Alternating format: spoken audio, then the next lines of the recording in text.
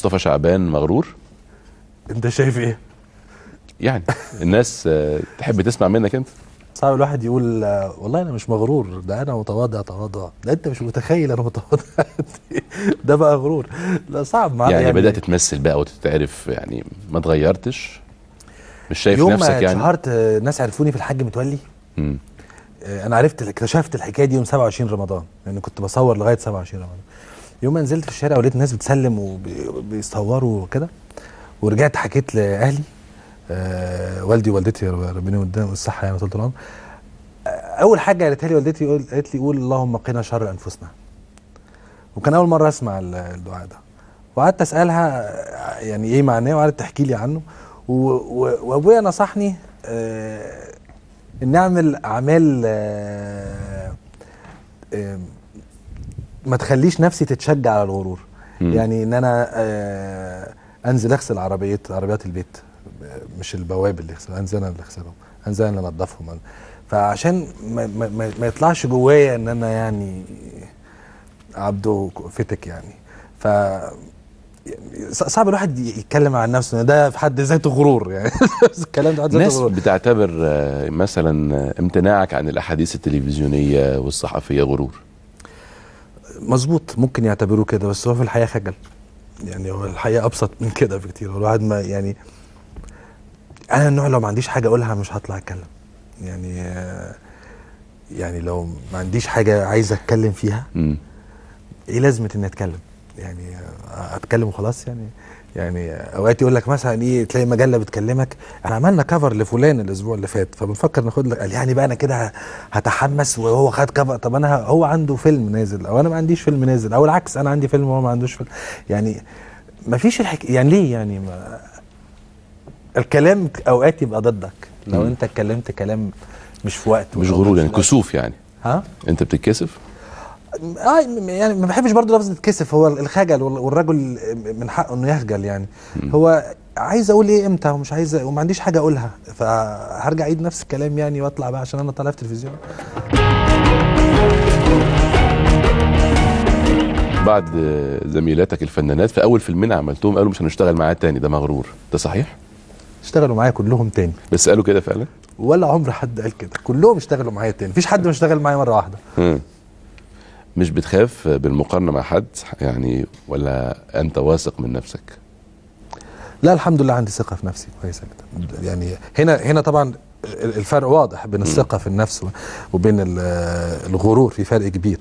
انا الحمد لله عندي ثقه في نفسي، لاني بجتهد وبذاكر وبتوكل على الله، وبسيب الامور بقى النتيجه مش بتاعتي، بس بجتهد جدا، وايا كانت النتيجه انا بتعلم منها. يعني النتيجه طلعت هايله ببقى الحمد لله واشوف اللي بعدها، النتيجه طلعت مش مظبوطه وبقيت على قناعه ان مش دايما هبقى نمره واحد يعني. عايز تفسير منك انت، مثلا بعد ما عملت فيلم مافيا بطلت تطلع معاك اي بطل تاني في افلامك، ده غرور ولا تسميه ايه؟ لا ازاي، بعد مافيا كان في احلام عمرنا، كان في قصدك بطل رجاله، احلام عمرنا كان في رامز جلال، فتح عينيك كان في خالد صالح، وكان في طلعت زكريا، وكان في يوسف الشريف، والثلاثه كانوا ابطال. الثلاثه كانوا ابطال يعني مش ادوار قليله، والثلاثه نجوم. طيب نروح للخطيئه السابعه والاخيره. هتطلع ايه دي بقى؟ شوف. الشراهه. هل عندك خطيئه الشراهه؟ انت شره بتاعت الاكل يعني؟ بس الاكل دي كانت شهوه، الشراهه اكل والله. طبعا شراهه. هو الشراهه يعني انك تاكل زياده عن طاقتك صح؟ لا ما عنديش دي، انا اكل يعني لما تكون مثلا مكتئب مثلا، ممكن مثلا مستحيل اكل.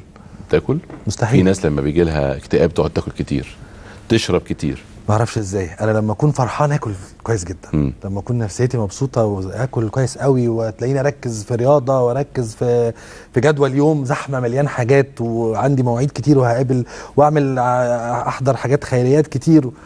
لكن لما اكون مكتئب او في حاله اكتئاب، ولا اعرف اكل ولا اعرف انزل ولا اعرف اصحى ولا اعرف انام، مواعيدي كلها تطلع.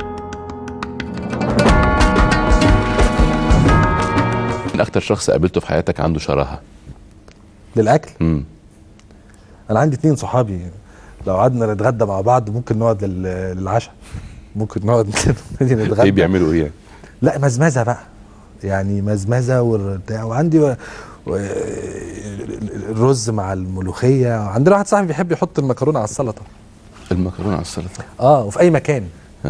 يعني مش بس في البيت، لا في اي حته. يعني لو قاعدين في اتخن اوتيل في العالم وهيحط السلطه على المكرونه، ما عندوش هزار في دي. ما بياكلش المكرونه من غير السلطه وما بياكلش السلطه من غير المكرونه. عندك شراهه في شراء الخيول؟ انا بحب الجمال. انا الخيل اللي عندي خيل جمال الحمد لله. وانا بحب الجمال، بحب وبشوفه في الخيل قوي، وهو ما يفرقش كتير عن الانسان على فكره. يعني المقاييس متشابهه جدا. فانا بحب الجمال وبحب اشوف الخيل الحلوه، وبحب الناس اللي عينيها حلوه في الخيل. يعني لو حد اعرف ان هو عينه حلوه اسعى ان انا اتعرف عليه واتعلم منه كمان. مصطفى، انت في اول حلقه اقسمت. اسالك واحنا في نهايه حلقتنا، في كام في المية صدق في اللي انت قلته؟ لا كله يعني كام في المية؟ لا ممكن يبقى 99% صدق، وال1% ممكن اكون خبيت هربت بالمواضيع لكن ما كذبتش يعني. طيب بالنسبه بقى ل1% اللي انت خبيت ده، اللي انت خبيته علينا وعلى الناس ده، هل عندك استعداد دلوقتي انك انت تتوب عن خطيئه انت بترتكبها في حياتك وتكلم الناس مباشره تقول لهم انك انت قررت تتوب عن هذه الخطيئه؟